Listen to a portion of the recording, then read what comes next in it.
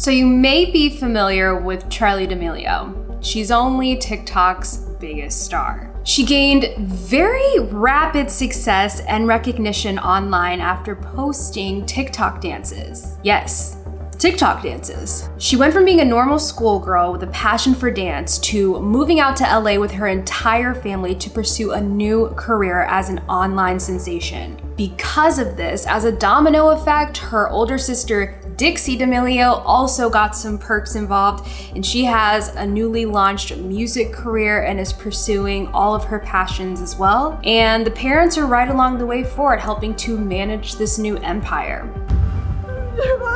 I'm trying to do everything I can to better myself, and it just gets worse. I feel like it just gets more difficult every day.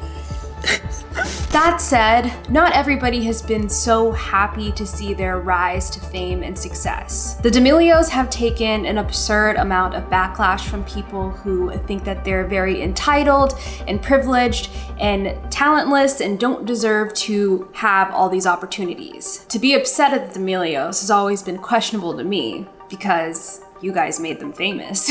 So recently, the Damelio show came out on Hulu, and I watched every single episode. And I was actually quite surprised at how I feel after watching the show, so we're gonna dissect it. So I don't have any major spoilers in the show, but if you haven't watched the Damelio show yet and you would like to, without any spoilers, maybe click out of this video and come back later. But if you don't care, let's get to it.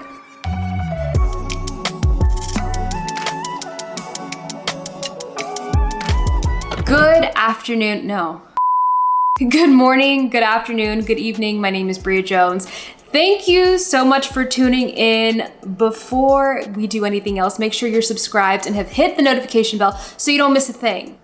Let's get to it. So from the jump, I think it's fair to say that the Damelio show is very centered around mental health. They had mentioned that one of the things they wanted to be able to share with everyone is how they were really doing and the kind of people that they are and their experiences being this new online sensation. I really appreciated how open and honest they seemed to be on the show, and I also liked seeing how they shared with everyone how they were helping themselves through therapy, through taking breaks, just various tactics to make sure that they were keeping a good mental state, even though that seemed to be very hard for them. But understandably so, their job comes with a lot of eyes on them, and with all the eyes on them comes with a lot of opinions.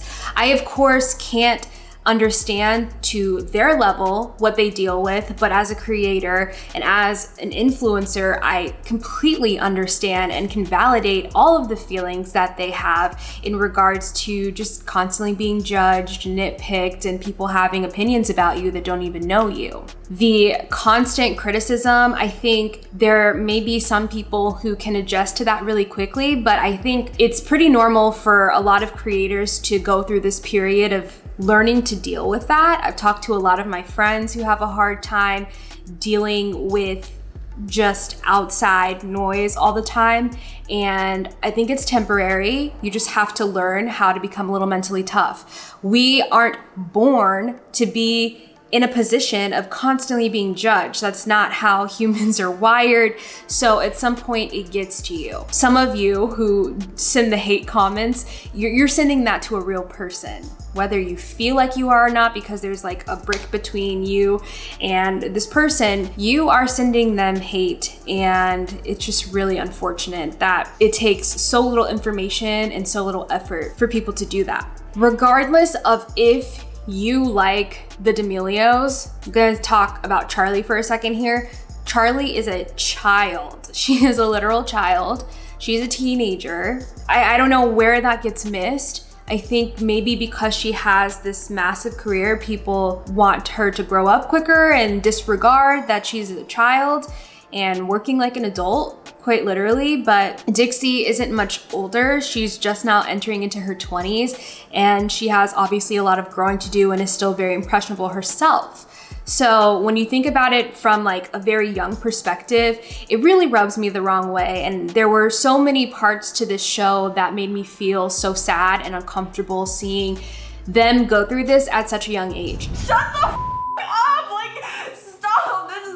Everyone just picks apart every single thing I say and do and the way I look, and I went to the gym. The stuff that I've gone through, which is a fraction of what they have, like I want to be clear, I'm not disregarding their experience, but the impact that it's had on my life in the past year, the amount of therapy, the amount of work that I've been doing to overcome that much, I have no idea how I would have been able to do that at 16 years old. I don't think I could have. We have to kind of take a step back and remember that it doesn't matter how famous someone is, like that's a kid. They're really young. There was a part in the show that was really sad to see. Charli and Dixie seemed to be in therapy, working with all kinds of professionals and nutritionists, you know, just people who can collectively help them to maintain this job. And I think Charli's learning that with the fame comes people who don't necessarily look at you as a person. And obviously that's the case. Kind of hit on that already with the hate comments people can spew at you because they don't perceive you as human with feelings, because they don't know you. You're not tangible to them. You are just a social media person in their mind. And there's a huge disconnect there. But so much so to the point that her therapist, you know, Charli's trying to express that she's very depressed, and her therapist makes a comment that, well, I know you're really sad, but you make my daughter really happy. I think it's weird to bring up that I shouldn't be upset because your daughter's a fan and she should make me happy and I am not allowed to be upset. I appreciate your daughter. I really do. But she's not going to help a chemical imbalance in my brain. Who you are should not influence the help that you get, whether that's in a doctor's setting, whether that's in therapy, like whatever services you're getting, who you are should not be a part of that. It matters, but it should matter to the professional. That's so upsetting to hear that she has to kind of like shuffle through all these therapists to find one that will validate her feelings. As a therapist, that's your whole fucking job. What are you doing? So how are you gonna invalidate this girl's feelings just because she makes your daughter happy? Like, here's the point, you missed it. I don't understand why people think it's okay to disregard the mental health of people who are rich and successful and famous. It doesn't sit well with me, but it seems like the common theme of their show is kind of like proving, hey, we're allowed to have problems too, even though we also have all of these things. They're like trying to articulate this to the public. I think that's really sad and scary that people don't think after a certain point of success that your happiness is like there. If that were the case, there would never be sad rich people who commit suicide. There would never be all these celebrities who overdose on drugs because they are trying to numb themselves from other problems. If that was the fix, everyone at the top would be happy, but they're not. Trust me. I'm gonna take a wild guess at why I think they get so much hate. And I already touched on it a little bit, but I think the public is so dissatisfied with the Damelio family because they didn't obtain success the traditional way, the American way of doing things, which is just like work so hard and make it to the top. This was not a rags to riches story. It was a rich people to really fucking rich story. People don't like that narrative. People want to see the underdogs win. Why do you think it's like the plot for every movie? Because that's what makes us feel connected. That's what makes us feel seen, because most of us are the underdogs. So when we see someone who definitely doesn't qualify as that, it's like hard to digest and it seems unfair. I think just the public sees them as these bratty, entitled, white privilege poster children. I have to mention it, but it doesn't mean I agree with it. I do think, yes, there's a lot of white privilege to consider with their success, because Charli danced on TikTok and has 124 million followers for it. Not a lot of people could do that. And when you're skinny, when you're white, when you're pretty, and you can dance, you kind of create an advantage for yourself. But it's not like that was her fault. That's why it's called white privilege. It's not like Charli and her family aren't aware of it, and maybe they haven't articulated that in the best way that they understand that a lot of this comes from privilege, especially white privilege.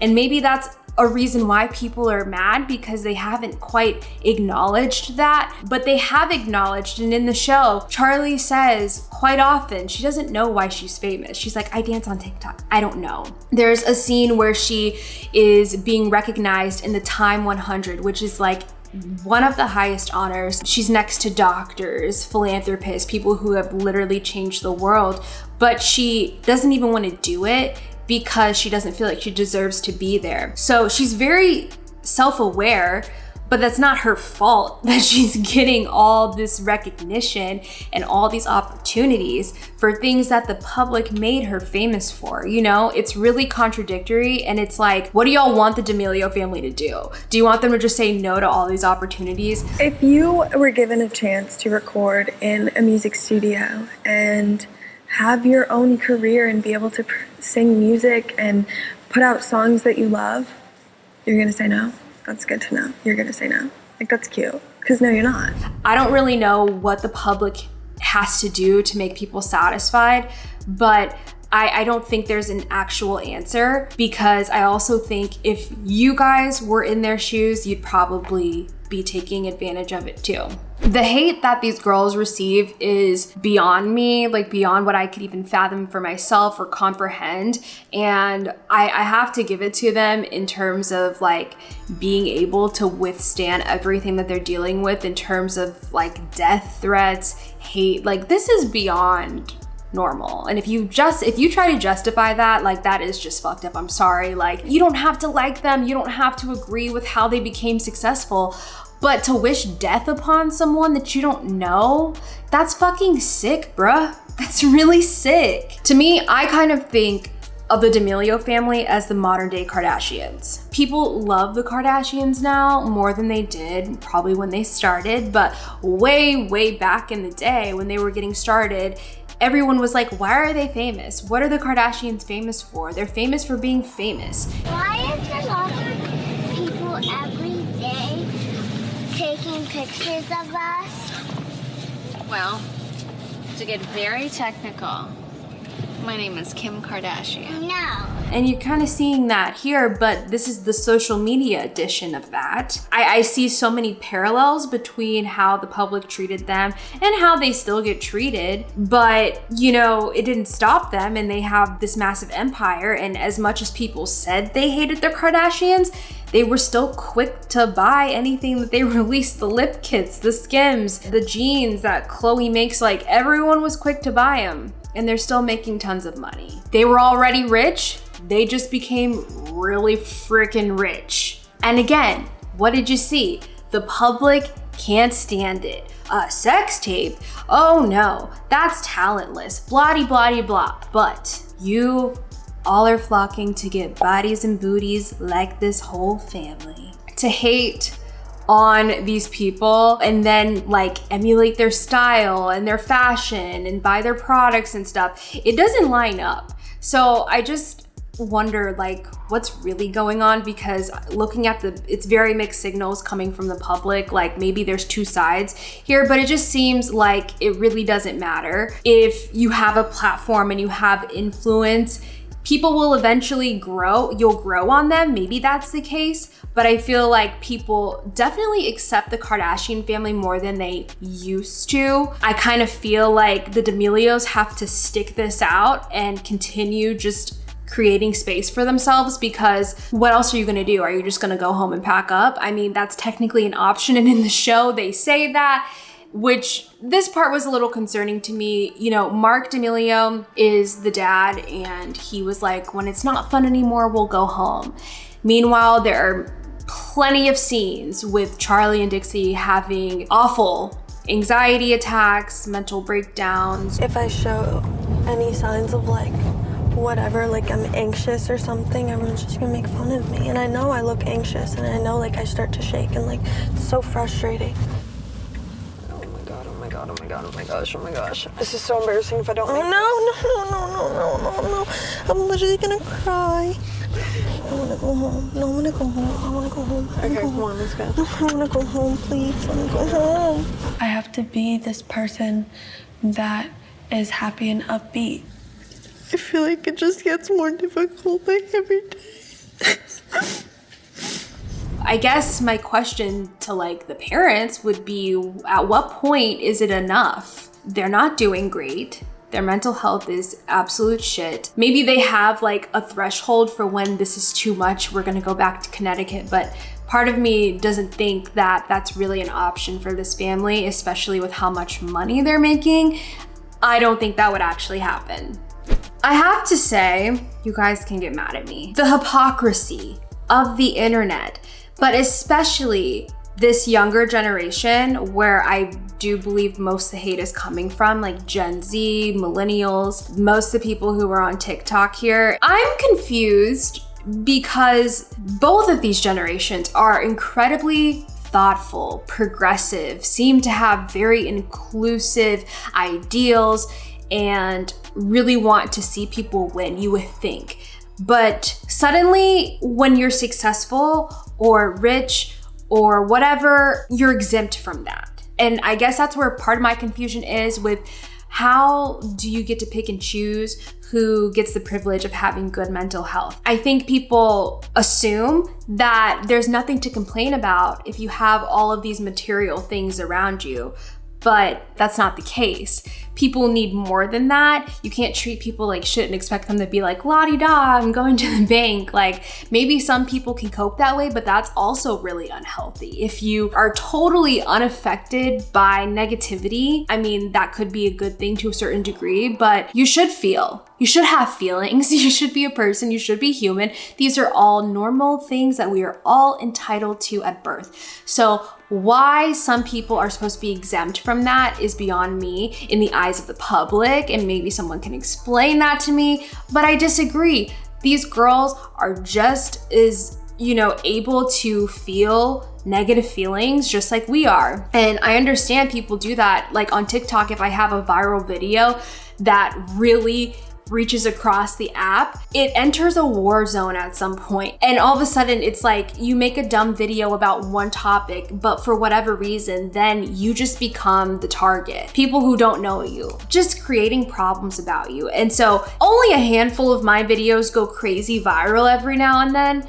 but every single video the Damelios do goes viral. Millions of likes, millions of views.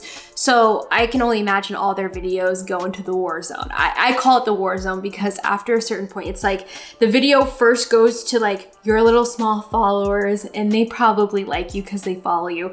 Then it goes to the For You page and it's still kind of a safe range, and then it keeps going and then you enter war zone. That's what I'm referring to. And these people in the war zone, they have the worst ideals and stereotypes in their mind about what influencers need to be, should be. They're stereotypical about what they think makes people happy, and that if you have these things, you have no room to complain, and that you're an entitled, spoiled little brat, and that you're ungrateful because of it. And that's just not fair. That's not cool. Why do you think people disregard people in the spotlight? Why do you think people invalidate their feelings so much? Let me know in the comments, because this is something I really want to understand so that maybe I can better explain it, because it's confusing to me. Another thing I was happy to see in the Damelio show is what seems to be a good support system around them. Heidi and Mark Damelio are by their side. They packed up from Connecticut, moved all the way to LA with the girls, and have been there every step of the way. And they also oversee like the empire of the Damelios. So it's nice that I think they have their parents in the room to be like, hey, this is too much work. Maybe they can take a break, this and that. And they're there for the girls when they have these meltdowns. And I think they do a good job of just listening and being there for them. I also think it was really great that Charli and Dixie have friends in the industry that they trust. It is really hard to find friends, especially in LA, because Charli mentioned this, that everything seems to be very transactional, and especially in the influencer industry, it's like, well, how many followers do you have? Like, what can you do for me? I can't just hang out with anybody. It has to be like some kind of personal gain. Let's make a TikTok together. Like, let's do this. A lot of my friends at these times were not just superficial, they were very transactional. Like, they'd come up to me and be like, can we make a video? And then leave. Like, no conversation, no hey, no nothing. I mean, that was really upsetting. Obviously, that's not friendship. Friendship is not like one for one and tit for tat. Friendship should be like unconditional support and love in a platonic way. And I think that can be hard to find, but she has Maddie and Avani. Dixie is dating Noah Beck. They have Quinn Blackwell, who I'm really glad she's in the picture because I think she's gone through like a lot of the problems they're going through now. She's been through it, she's recovered from that stuff, and she's better from it. So I love that Quinn is in the picture to kind of help them see the light. Like, this isn't gonna be forever. You're gonna get out of this. And honestly, like, I felt good watching that from Quinn. Makes me think I definitely need to get more friends in the industry just so I can have some kind of like, you know, soundboard and relatability with my friends with this job. So my concerns with the show, as I kind of mentioned, are obviously the well-being of Charli and Dixie. It seems like the team that they have around them, their job is to push them. So there's like a scene where they're going over the schedule and Heidi's like, okay, well, when do the girls have like a do nothing day? And it's like, oh, they get like one little day here and there. That didn't really sit well with me. I feel like there needed to be more boundaries. And good thing later in the show, they do create more boundaries, but it took like some pretty bad meltdowns for them to get there. Do nothing time with all of this? Yes, 100% yes. And her happiness and growth as a human being is like the only thing that matters here.